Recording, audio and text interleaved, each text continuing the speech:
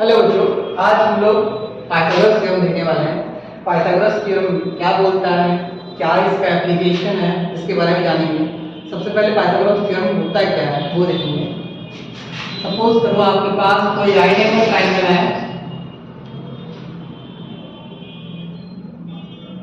Right angle किसी भी point पे मान लेते हैं। राइट एंगल का सपोज बी पॉइंट पे है, ठीक है। आपको ये ध्यान रखना पड़ेगा, सबसे पहले 90 के सामने वाला हमेशा हाइपोटेन्यूज होगा, जो कि सबसे लॉन्गेस्ट साइड होगा। 90 के सामने वाला हमेशा हाइपोटेन्यूज होगा, जो कि सबसे लॉन्गेस्ट साइड होगा। इसको हम लोग एच से दिखाते हैं। अच्छा, ये हो जाएगा बेस और ये हो जाएगा परपेंडिकुलर। जनरली इसको हम परपेंडिकुलर बोलते हैं और इसको बेस बोलते हैं, ठीक है। बेस परपेंडिकुलर आपस में चेंज हो सकता है, पर हाइपोटेन्यूज आपके पास ऑलरेडी फिक्स है, उसको हम लोग एच से ही दिखाते हैं, ठीक है। तो इनका क्या कहना है कि अगर आपके पास हाइपोटेन्यूज है, हाइपोटेन्यूज का स्क्वायर जो होगा वो ऑलवेज, हाइपोटेन्यूज का स्क्वायर जो होगा वो ऑलवेज परपेंडिकुलर का स्क्वायर प्लस बेस का स्क्वायर बराबर होगा, अकॉर्डिंग टू दिस थ्योरम। तो सबसे पहले फिगर में देखेंगे ये चीज कैसे हुआ। मतलब इनका कहना यह है कि अगर ये हाइपोटेन्यूज है, इसका स्क्वायर करोगे, इसका स्क्वायर मतलब इस साइड से आप एक स्क्वायर बनाओगे। स्क्वायर मतलब इसका चारों साइड क्या हो, इक्वल। इसका चारों साइड क्या होना चाहिए, इक्वल हो, ठीक है। इसको हम डेमोंस्ट्रेशन से भी लिखेंगे। इस तरीके से हाइपोटेन्यूज का स्क्वायर परपेंडिकुलर स्क्वायर और बेस के स्क्वायर के बराबर आ रहा है। तो इन दोनों के स्क्वायर, इसका स्क्वायर और इसका स्क्वायर बराबर होगा। कहने का मतलब यह है कि अगर आपके पास ये वाली एरिया है, ये वाली स्क्वायर की एरिया है, ठीक है, जिसका साइड अगर h है, और ये वाली अगर स्क्वायर है, इसका साइड अगर p है, और ये वाली अगर स्क्वायर जिसका बेस b है, इसका साइड b है, इसको b माने हुए हैं, तो अगर इस बड़े वाले साइड का स्क्वायर को अगर h माने हैं तो उसका एरिया बराबर छोटे वाले स्क्वायर एरिया 1 का स्क्वायर प्लस एरिया 2 के स्क्वायर के बराबर होगा। कहने का मतलब है area of big square that is hypotenuse. ये किस बेस पे आपको देखना पड़ेगा, ये इसका बेस क्या है, हाइपोटेन्यूज। तो हाइपोटेन्यूज का स्क्वायर क्या होगा, h स्क्वायर, क्योंकि स्क्वायर का एरिया क्या होगा बच्चों, साइड इनटू साइड, तो h इनटू h क्या होगा, h स्क्वायर।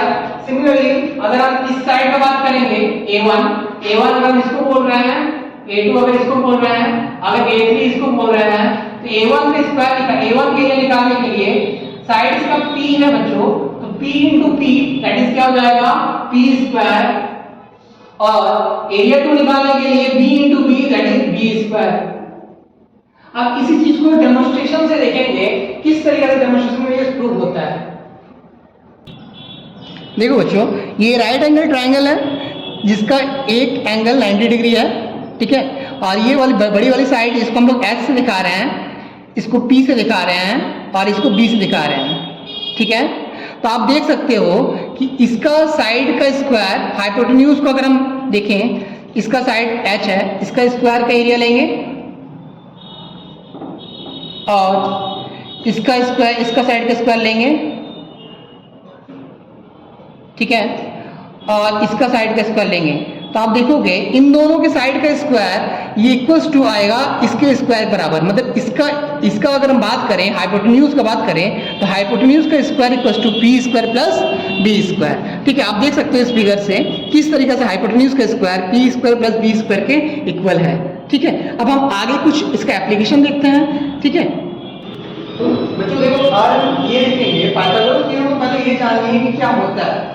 अब इसका कहाँ एप्लीकेशन है, कहाँ इसका यूज है। सबसे पहला यूज हम ये पता लगाएंगे कि कोई भी ट्रायंगल राइट एंगल है या नहीं है, इसको पता लगाने के लिए सबसे पहले अगर ये पाइथागोरस थ्योरम के अकॉर्डिंग अगर h square equals to p square plus b square ये हो गया, तो हम बोल सकते हैं वो ट्रायंगल राइट एंगल ट्रायंगल ही होगा, और कोई ट्रायंगल हो ही नहीं सकता, ठीक है ना। सपोज करो आपके पास, और कहां में यूज है, पहले ये पता लगाने के लिए ये राइट एंगल ट्रायंगल है या नहीं है।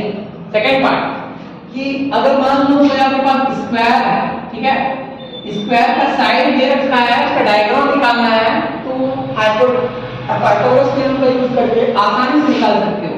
सपोज करो आपके पास कोई स्क्वायर है, मेरे को पता है कि स्क्वायर जो होता है ना 90 डिग्री पे एंगल होता है, ठीक है, इसका साइड कितना डिग्री पे 90 डिग्री पे होता है और इसका हर एक साइड पे होता है इक्वल होता है, ठीक है। अगर आपको इसके पास डायगोनल निकालने बोला है, अगर इसको डायगोनल निकालने बोला है तो इस तरीके से निकालेंगे। सपोज करो आपके पास साइड दे रखा है 6, ठीक है, 6 सेंटीमीटर, ठीक है, और आपको इसको डायगोनल निकालना है, ठीक है। लेंथ ऑफ डायगोनल निकालने के लिए क्या करेंगे, पाइथागोरस थ्योरम लगाएंगे, h² = p² + b²। h क्या है यहाँ पर, h है डायगोनल, इसको h से दिखा रहे हैं, p कितना है 6, b कितना है 6, 6 का स्क्वायर 36 + 36, h² h = √72। 72 को हम लोग बोल सकते हैं 6√2, राइट। तो इस तरीके से आप डायगोनल निकाल सकते हैं। कभी डायगोनल दिया रहेगा तो साइड निकाल सकते हैं, जो रिक्वायरमेंट है उसके अकॉर्डिंग हम चलेंगे। नेक्स्ट हम ये देखेंगे, सपोज करो आपके पास कोई राइट एंगल ट्रायंगल का आप रेक्टेंगल लेते हैं। सपोज करो आपको रेक्टेंगल का एरिया निकालना है और लेंथ दे रखा है,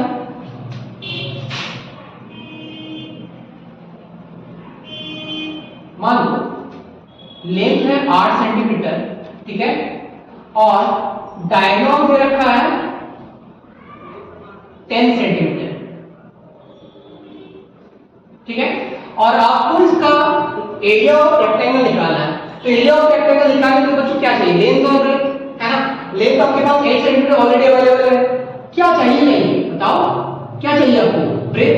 मेरे को पता है कि एरिया ऑफ रेक्टेंगल क्या होता है, लेंथ इनटू ब्रेथ। तो अगर किसी तरह का ब्रेथ फाइंड आउट हो जाए तो मैं आसानी से इस रेक्टेंगल का एरिया निकाल सकता हूं, ठीक है। तो सबसे पहले रेक्टेंगल का ब्रेथ निकालने के लिए हम लोग पाइथागोरस थ्योरम को यूज करेंगे। पहले चेक आउट करेंगे कि 90 डिग्री मतलब राइट एंगल ट्रायंगल है या नहीं है। आप देखो कि रेक्टेंगल में जो साइड जो इंटरसेक्ट करता है वो कितने डिग्री पे करता है, 90 डिग्री पे, ठीक है ना। तो आप बोल सकते हो, अगर इसको हम h बोल दिए डायगोनल को, इसको p बोल दिए, इसको b बोल दिए, तो अकॉर्डिंग टू पाइथागोरस थ्योरम, ठीक है, पाइथागोरस थ्योरम हम लोग ये बोल सकते हैं h² = p² + b²। Here h is 10 centimeter, 10 the square, perpendicular is p and base is 8। तो कैलकुलेट करोगे तो कितना आएगा, 100 - 64 that is 36। It means p = √36 का मतलब 6 सेंटीमीटर। तो जिस तरीके से अगर परपेंडिकुलर आ गया मतलब बेस आ गया, अगर बेस का हो गया एरिया निकालने के लिए क्या चाहिए बच्चों, लेंथ इनटू ब्रेथ। लेंथ कितना है 8 और ब्रेथ कितना आया 6, तो 8 × 6 = 48 सेंटीमीटर स्क्वायर इस रेक्टेंगल का एरिया होता है। आप रेक्टेंगल के एरिया ऐसे भी निकाल सकते हो, दोनों ट्रायंगल का एरिया निकाल लो और दोनों को जोड़ दो, आंसर सेम आएगा, ठीक है। कुछ और क्वेश्चन देखते हैं, कहां कहां यूज होता है, कैसे एप्लीकेशन होता है और देखते हैं। सपोज करो आपके पास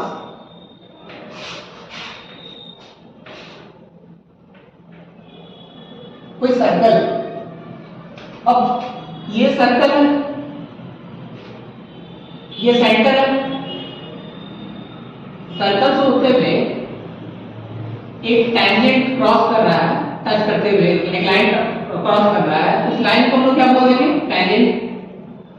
और अपने को पता है कि सेंटर से लेकर टैंजेंट सर्कल में कितना डिग्री बनाता है बच्चों, अकॉर्डिंग टू सर्कल का थ्योरम है कि अगर आप टैंजेंट से रेडियस से या सेंटर से अगर आप मान लो टैंजेंट को टच कर रहे हो तो कितना डिग्री बनाएगा, 90 डिग्री बनाएगा।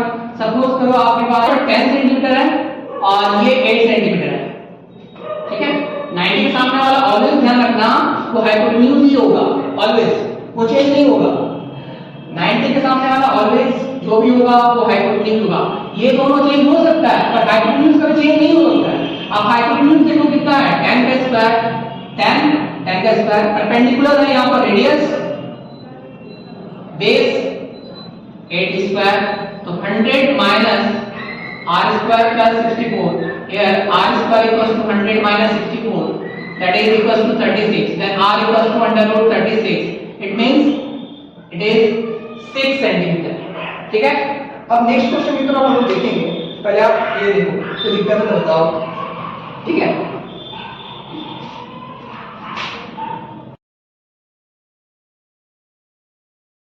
ओके बच्चों देखो, इसका नेक्स्ट एप्लीकेशन देखेंगे हाइट एंड डिस्टेंस में किस तरीके से आप पाइथागोरस थ्योरम का यूज कर सकते हो। सपोज करो आपका क्वेश्चन के पास दिया हुआ है find the distance between a tower and a building of height 55 metre.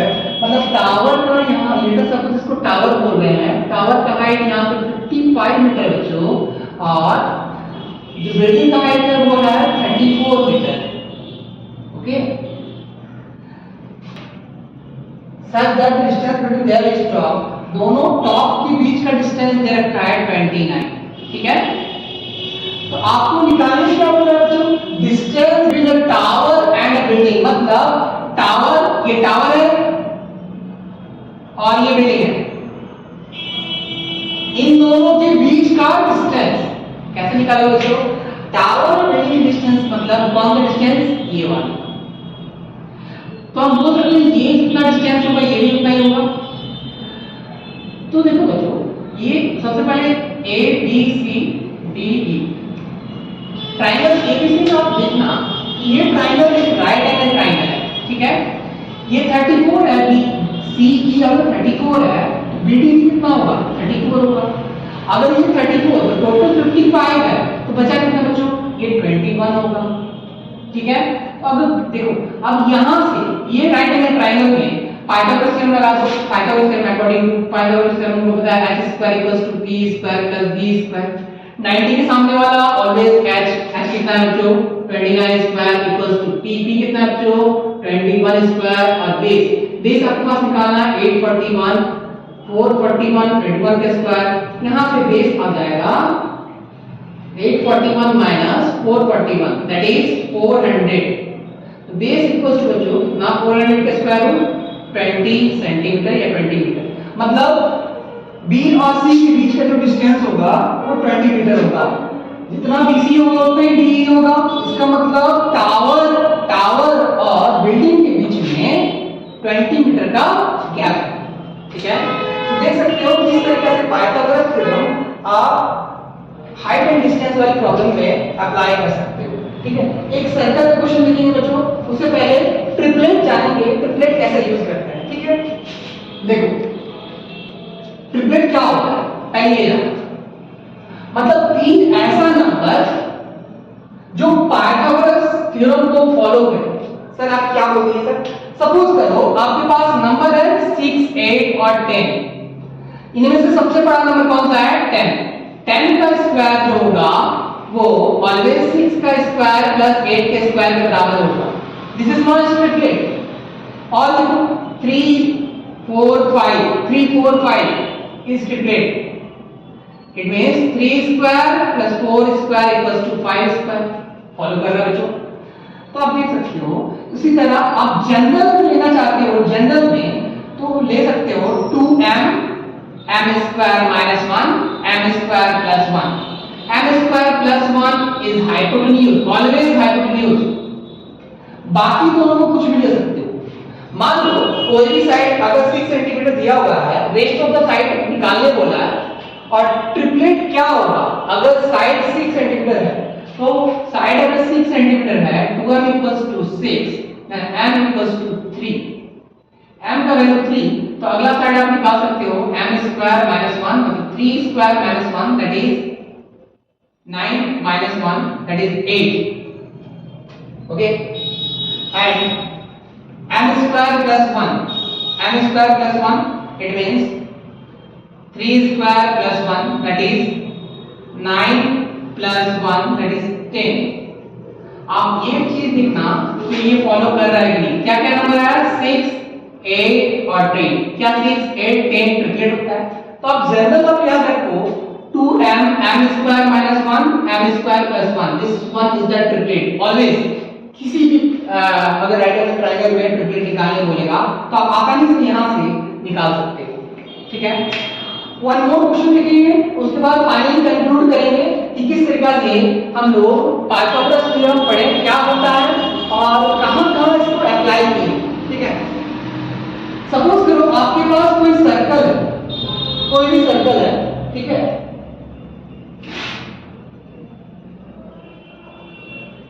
Question ये बोला है find the area of the triangle formed by the chord of length 10 centimetre,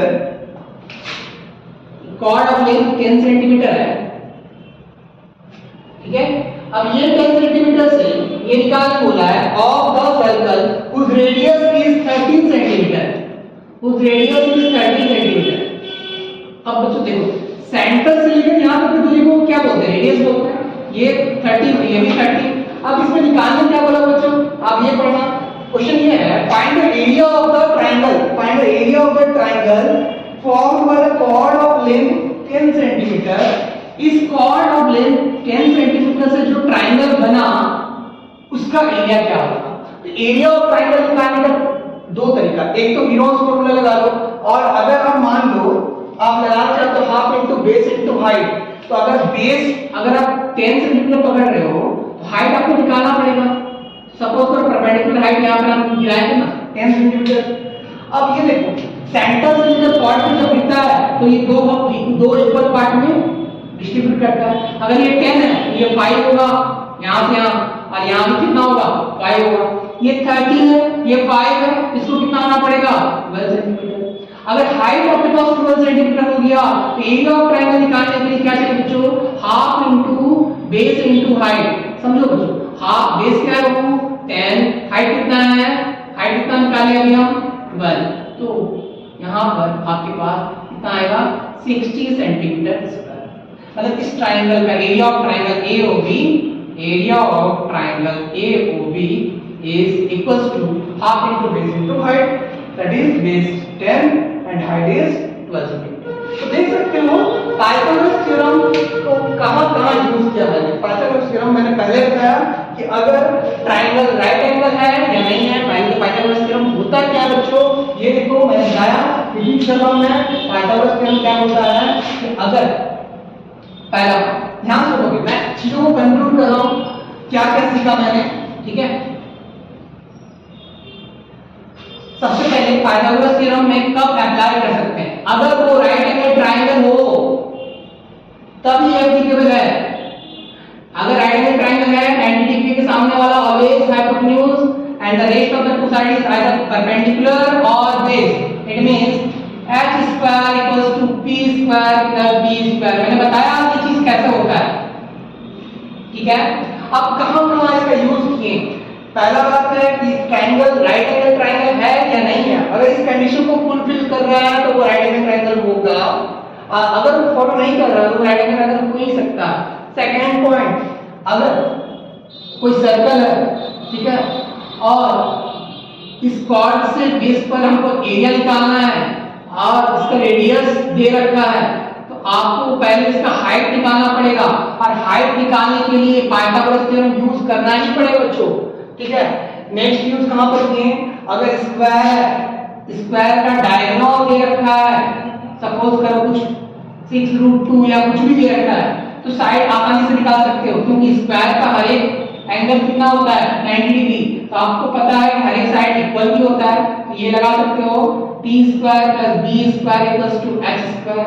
यहां से आप साइड निकाल सकते हो। स्क्वायर यूज किए। फिर रेक्टेंगल का एरिया निकालने के लिए, रेक्टेंगल का एरिया होता क्या है, लेंथ इनटू ब्रेथ। तो आप देखो लेंथ दिया हुआ है, सपोज करो आपके पास 8 सेंटीमीटर, डायगोनल दे रखा है 10 सेंटीमीटर, ब्रेथ निकालोगे with the help of Pythagoras theorem, ठीक है, तो ब्रेथ आपका आएगा 6 सेंटीमीटर, ठीक है।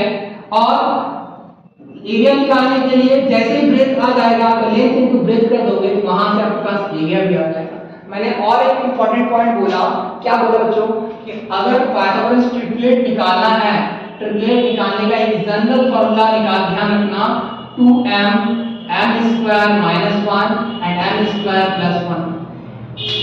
m² + 1 जो होगा वो ऑलवेज हाइपोटेन्यूज होगा। क्या होगा, हाइपोटेन्यूज होगा। याद रखना m square plus 1 is hypotenuse 2m m square minus 1 rest of the two sides either perpendicular or base. Thank you बच्चों.